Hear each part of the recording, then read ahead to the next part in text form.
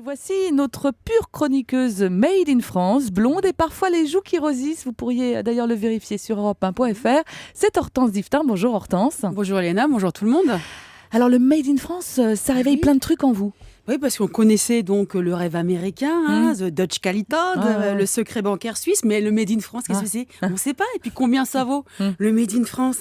Bah déjà, si on était cohérent, on ne dirait pas Made in France, on s'excuse, mais fabriqué en France. Ah pardon Hortense. Étant moi-même polyglotte et une grande défenseuse du fabriqué en France, je ne pouvais pas laisser passer ça. Bon, alors, que vaut le fabriqué en France? Bah, ça vaut de l'argent, ça vaut cher, le Made in France. D'ailleurs, c'est même à ça qu'on le reconnaît, c'est qu'il est plus cher que les autres, plus cher et puis pas souvent mieux.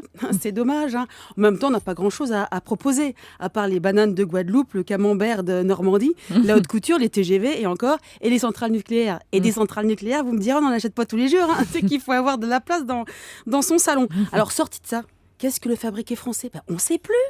Est-ce que la japonaise Toyota fabriquée chez les ch'tis est plus française que la Peugeot fabriquée en Slovaquie? Bonne question. On ne sait pas. Est-ce que tout dans la Peugeot est français? Mystère et boule de gomme.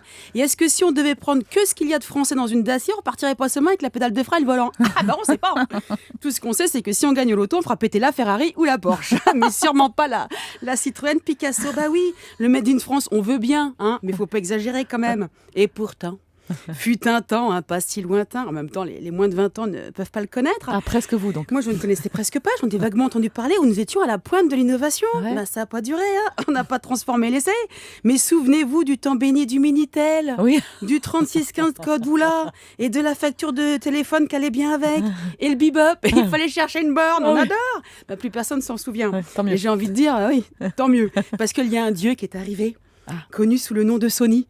Il nous a dit, vous en avez rêvé, Sony va vous le faire. Et bien bizarrement, personne n'a rêvé de Minitel. Mais tout le monde a rêvé de Walkman, de MP3 d'écran plein. Dommage, faut le dire vite.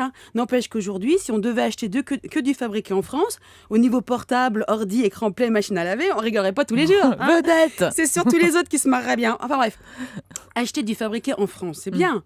Mais si c'est acheter français pour faire œuvre de charité, moi j'ai déjà mes pauvres à la maison. Alors on nous dit innovation, compétitivité. Bon, le choc. Bon, c'est facile à dire, mais c'est pas facile à faire. Alors, je ne serais pas tout à fait honnête si je ne mettais pas un petit coup de projecteur sur une société française qui innove dans le slip. Oui. Alors après les chaussettes Labonal anti-moustique, après la marinière Armor Luxe, après les 3B, la baguette, le béret, le bidet, voici le slip odorant, un slip qui sent bon. Bah fallait y penser. En France, on n'a pas de pétrole, mais on a des ados.